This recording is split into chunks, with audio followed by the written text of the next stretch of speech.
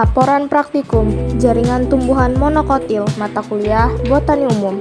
Nama Zahra Inoriska dengan NIM 2503030. Dosen pengampu Salmiati MPD PhD. Program studi Teknologi Pasca Panen Institut Teknologi Perkebunan Pelelawan Indonesia 2026.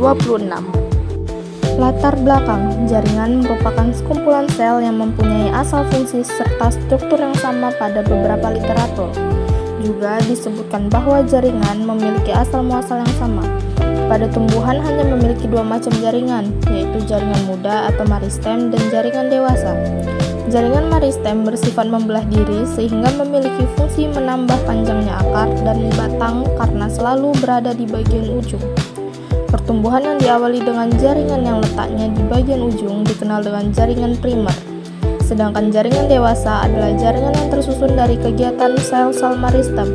Pada proses pencapaian dewasa, sel tidak hanya bertambah volumenya, tetapi juga strukturnya lebih termodifikasi untuk memenuhi fungsi fisiologi tertentu pada tumbuhan dewasa.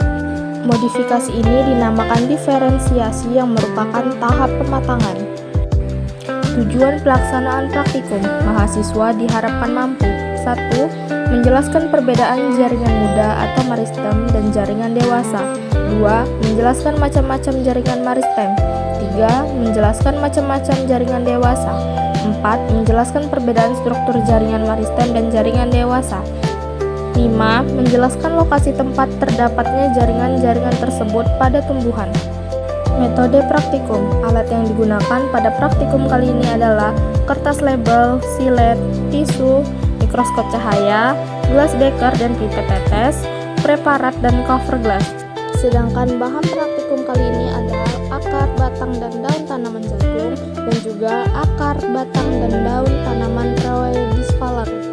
Cara kerja pada praktikum kali ini, yang pertama, siapkan alat dan bahannya, kemudian bersihkan alat yang digunakan seperti mikroskop cahaya, silet, gelas beker, pipet, serta kaca objek dan cover glass.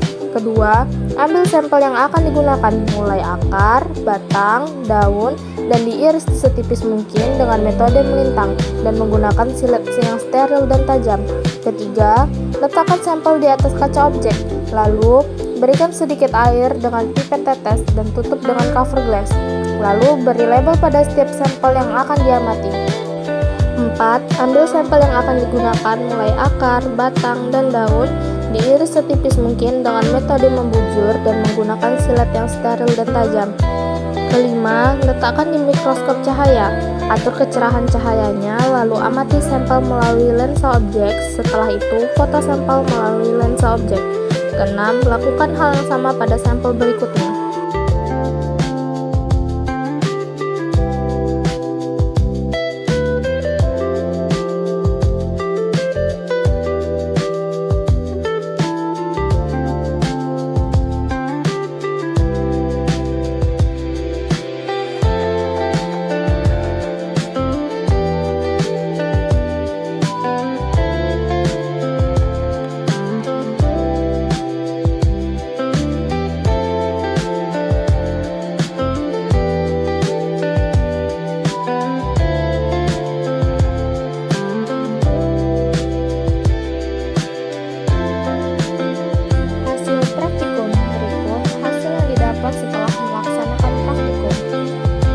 Pembahasan. Pada akar tumbuhan monokotil, jaringan epidermis berfungsi melindungi akar sekaligus membantu penyerapan air dan mineral dari tanah.